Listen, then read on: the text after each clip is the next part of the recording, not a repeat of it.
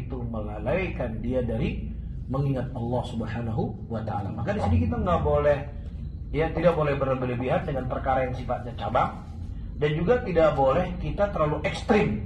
Kemudian apa? Sesuatu yang dihalalkan oleh Allah Subhanahu wa taala kemudian diharamkan, nggak boleh. Ya, pernah satu hari Nabi SAW menegur Abu Bakar Siddiq radhiyallahu taala anhu ketika Aisyah radhiyallahu taala anha membawa dua budak pada waktu itu bermain-main di rumah Aisyah di hari raya. Kemudian kata Abu Bakar Siddiq, apa yang kau lakukan di rumahnya Nabi SAW? Kemudian kata Nabi SAW, biarkan dia. Jangan sampai orang-orang Yahudi nanti menganggap kata Nabi, agama Islam ini agama yang kaku. Iya, agama Islam ini agama yang keras. Jangan sampai demikian kata Nabi. Ada waktu bermain, ada waktu bersantai, ada waktu seseorang mencari nafkah. Iya, dan itu diajarkan kepada kita daripada ibadah haji yang dilakukan oleh seseorang tadi dari ayat yang saya baca. Baik. Kemudian disebutkan di sini oleh Syekh, "Nam waqad man'a minha ikhtibaran wa bitila ala sabri anha."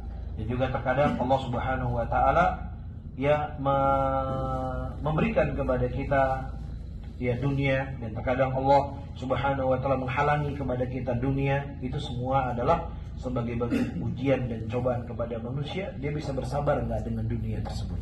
Dan perlu kita ketahui dalam konsep hidup ini, Bapak dan Ibu-ibu yang dimuliakan oleh Allah Dhifur Rahman, siapa yang seseorang mengedepankan tugas pokok dia sebagai hamba Allah, maka Allah akan memudahkan segala urusan cabangnya. Itu konsep dalam hidup. Baik, kisah yang pernah kita sampaikan di mana sih, kisah siapa? Kisah Hajar alaihissalam ketika beliau ditinggal oleh suami beliau. Seorang suami tugasnya apa? Memberikan nafkah kepada anaknya. Tugas seorang suami menjaga istrinya. Betul atau tidak?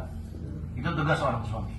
Kemudian Allah Subhanahu wa taala memerintahkan Nabi Allah Ibrahim untuk meninggalkan anak dan istrinya di tengah padang pasir yang tidak ada kehidupan di situ.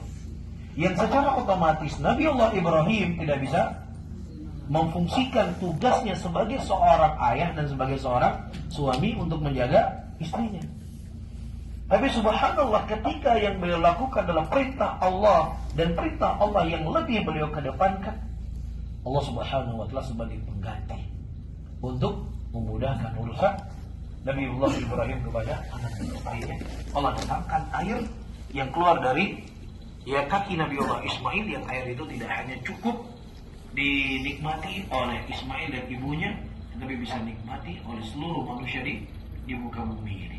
Lihat pelajaran yang paling berharga, siapa saja yang seseorang mengedepankan tugas pokoknya kepada Allah, ya maka Allah akan mudahkan segala cabang-cabang hidupnya. Demikian juga Bapak dan Ibu-ibu yang hari ini telah mengeluarkan uang yang cukup banyak untuk berangkat haji. Ya, yang uang itu dikeluarkan untuk Allah Subhanahu wa taala, ingat, nggak akan pernah ada ruginya.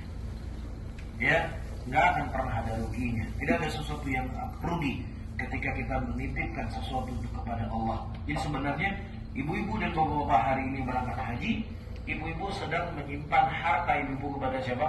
Kepada Zat yang Maha Pengasih lagi Maha Penyayang. Adapun uang yang ada di ATM ibu-ibu semuanya atau bapak-bapak, itu belum tentu milik kita. Belum tentu. Kenapa saya katakan belum tentu? Ibu-ibu misalnya meninggal,